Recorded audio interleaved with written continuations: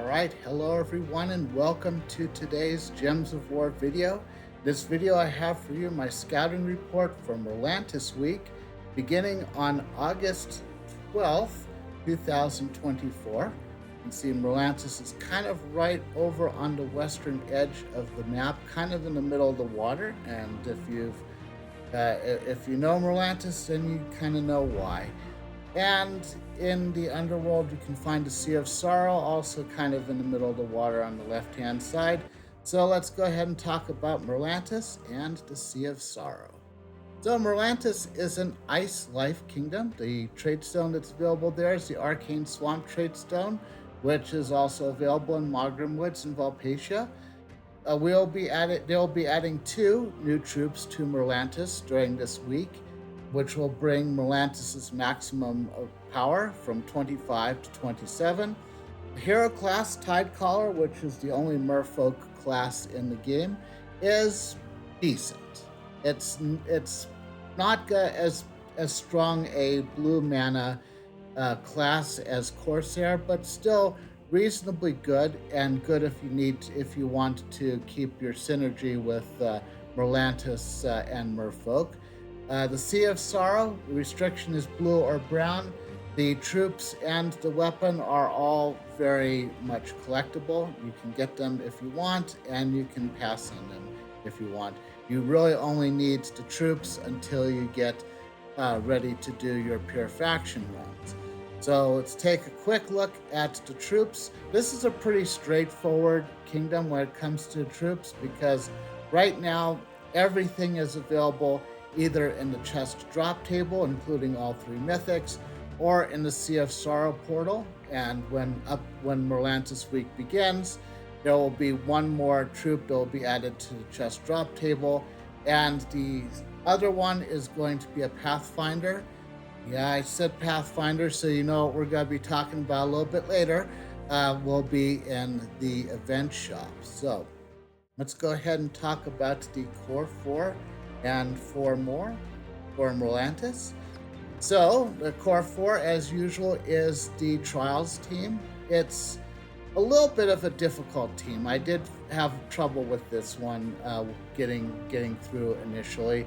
It really kind of goes through Caribadis, or I probably mispronounced it, but oh well. But this is the base legendary, so it will be a little bit on the tough side to find. But the spell deals damage to the first and last enemy, and independent 10% chances to devour the enemies, boosted by 3% for each submerged ally and enemy. And to submerge your allies, you'll want to use the Coral Golem, because he can submerge a random ally for every green gem destroyed after he explodes a gem. And of course, he then tanks by gaining life and armor and reduces damage from skulls by 50%. Essentially, what I ended up just doing is just keep playing the epic trials over and over again until I got lucky with the independent chances to devour, and then everything was right in the world. Azura is the one that you get for free by completing the quest, so you probably have her if you've done so, and you probably shouldn't be doing the trials if you haven't. And then Meravax, a decent mana generator for this, generates more blue gems if there are submerged allies. So anyway, that is kind of the overall look at the core 4. Let's take a look at the 4 more. And I had a little bit of trouble with this one because there really isn't a lot to recommend for this. But the Mantis Shrimp is pretty decent in my opinion.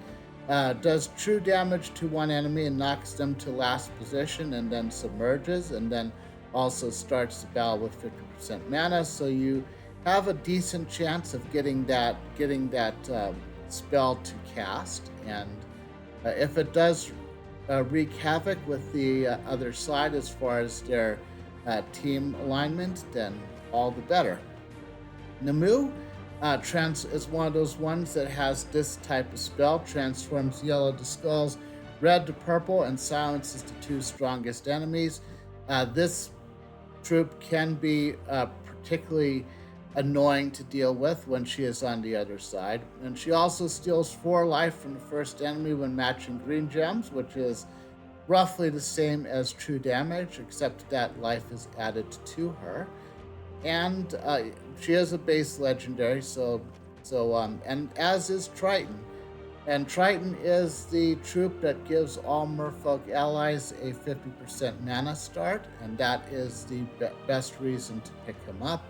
He also does heavy splash damage to an enemy boosted by blue gems, and then gives all merfolk 4 magic. And that is pretty good. You're probably going to have Triton in most merfolk teams if you have him.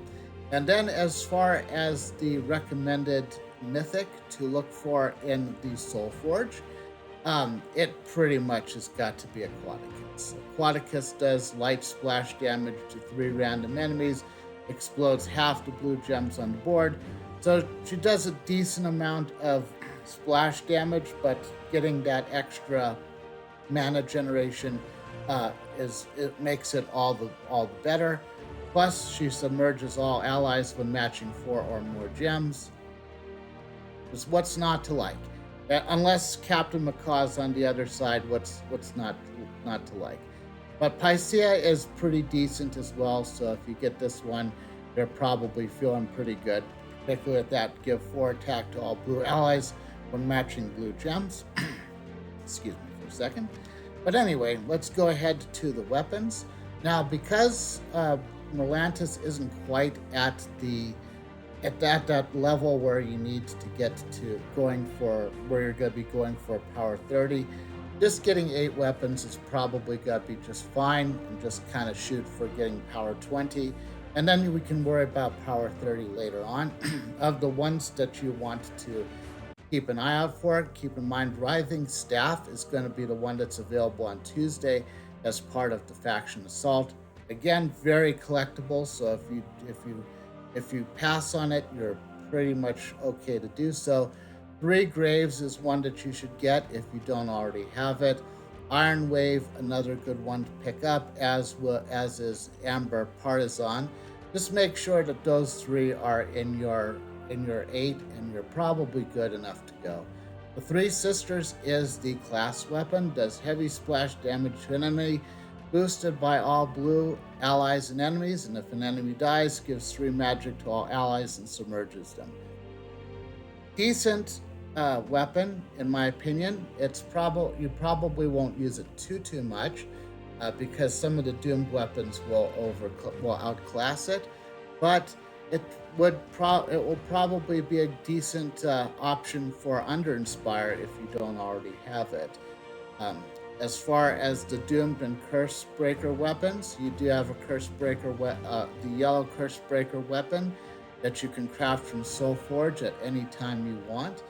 And then you also have the blue insta-kill weapon, and I'll probably be picking this one up when Merlantis week comes around, because I've basically gotten to where I'm just picking up all the doomed weapons that I don't already have. But otherwise, there's a lot of weapons that outclass this one in the doomed category, so it's probably not going to be one that you're going to be rushing to fully temper. So let's go ahead over to the pets, and there aren't that many pets in Merlantis, so you pretty much want to focus on the squidlets. So this one gives you the team bonus from Merlantis, and of course the starry squidlets gives you another team bonus for completing the epic trials of the other 4, and they're all useful in this particular case. Well, maybe we could ask about Octagonist. Probably not as useful, since it gives you a team bonus for merfolk that only applies in the Bay of Stars. I don't know if that's ever going to be something relevant, but yes, that's probably the least relevant pet of all of them. Guppy gives you a team bonus for merfolk. Krabby gives you a team bonus for water. That means all 4 blue and all 4 unique. And then Bulb Biter is the pet that you get for completing the Sea of Sorrow. And so let's go ahead and talk about the weekly events. We're going to really, actually, before I do that, I'm going to call up the the what I believe is going to be the restriction based on what is available on Tehran's world. It is going to be a mana and troop type restriction, and it's going to be a blue troop. And considering that this is Merlantis, you would expect this to be blue and merfolk. But according to Tehran's world, it's actually going to be blue and undead, which is this group right here. So I'm sure that the first thing that you're noticing is that you have the Grey King as an option. The one thing is that the Grey King, while he's really good in PvP, in blue, purple, and brown restrictions, that's good. That's because you know that that everyone on the other side is going to match one of those three colors. In Journey, that might not be the case, so he might not be as useful there as he is in PvP.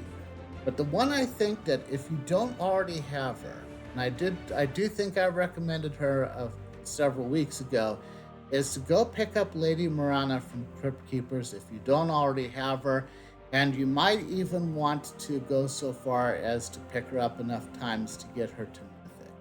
The reason why I recommend that is because that gives her ice armor, which allows you to put her right in the front of your team and reduce damage from skulls by 65%. She also steals 2 attack from the first enemy on 4 or 5 matches, and since she is going to be the first one on your team, that means you're going to be increasing her attack more and more as you go along. And to cap it all off, she does damage to an enemy with a 10% chance to slay them, boosted by 2% for each purple gem. Insta kill is always a good thing, and when you've got and with this journey, you might need all the help you can get. So let's talk about everything else that's coming up in this week. Of course, you've got as I said, the journey. Plan for it to be blue mana and undead based on what Tehran's world is saying.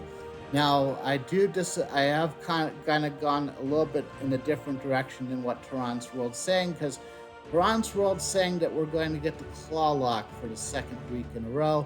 However, the calendar that Gems of War, that Infinity +2 put out, says it's going to be Krabby, which is the Water Team bonus pet.